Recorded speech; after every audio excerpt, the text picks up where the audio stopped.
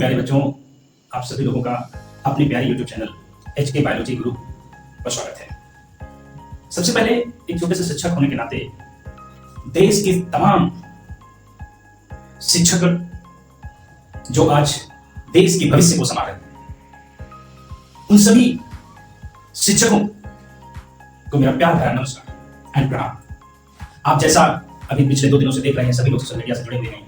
जो है मैं नाम लेना नहीं चाहता, एक महिला न्यूज एंकर ने कुछ टिप्पणी कमेंट के रूप में शिक्षकों को लेकर के किया है।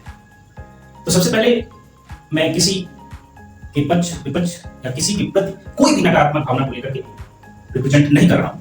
मैं कुछ तथ्यों को लेकर के आप सभी लोगों के सामने आया हूं।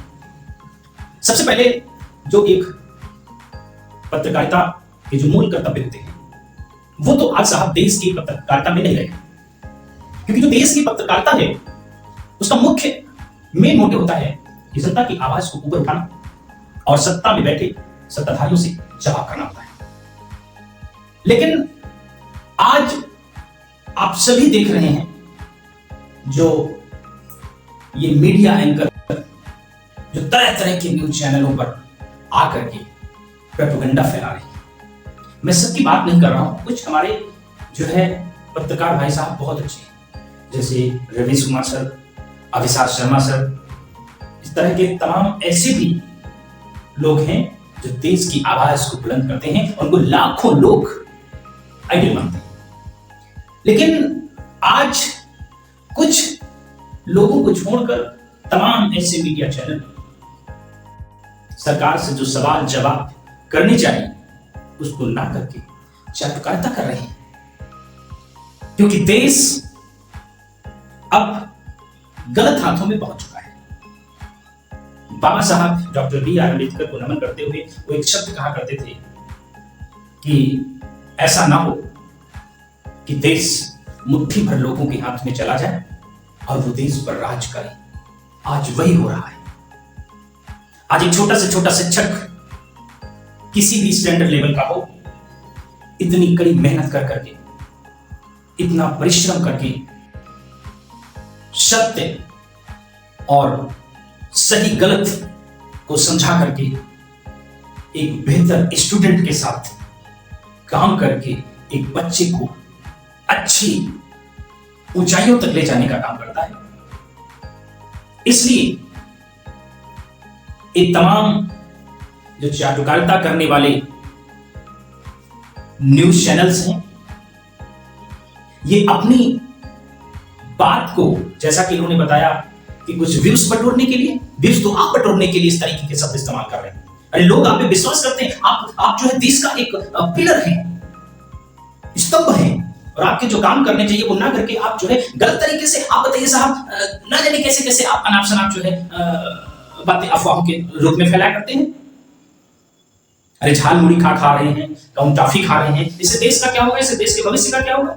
अरे जो सवाल है, जो हमारे देश के भविष्य, जो बच्चे आज पढ़ाई कर रहे हैं, तरह तरह के आज एग्जाम्स जो होते हैं वो लीक हो जा रहे हैं, और सही समय पर कोई पोस्ट का जो है बात नहीं होता है, और उस बात को लेकर के आज बच्चा, देश का भविष्य आज जो है भटक रहा है।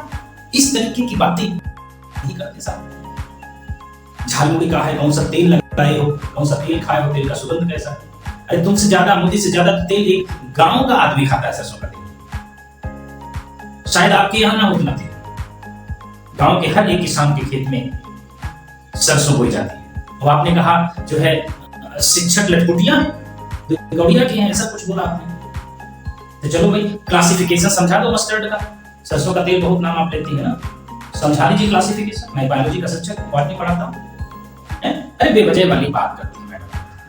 सो मैं इस तरीके के तमाम मुद्दे बोलने को बोला जा सकता है, और देश के लाखों शिक्षक आज देश को संभाले हुए हैं। अदरवाइज आपने तो कब कब बेच दिया।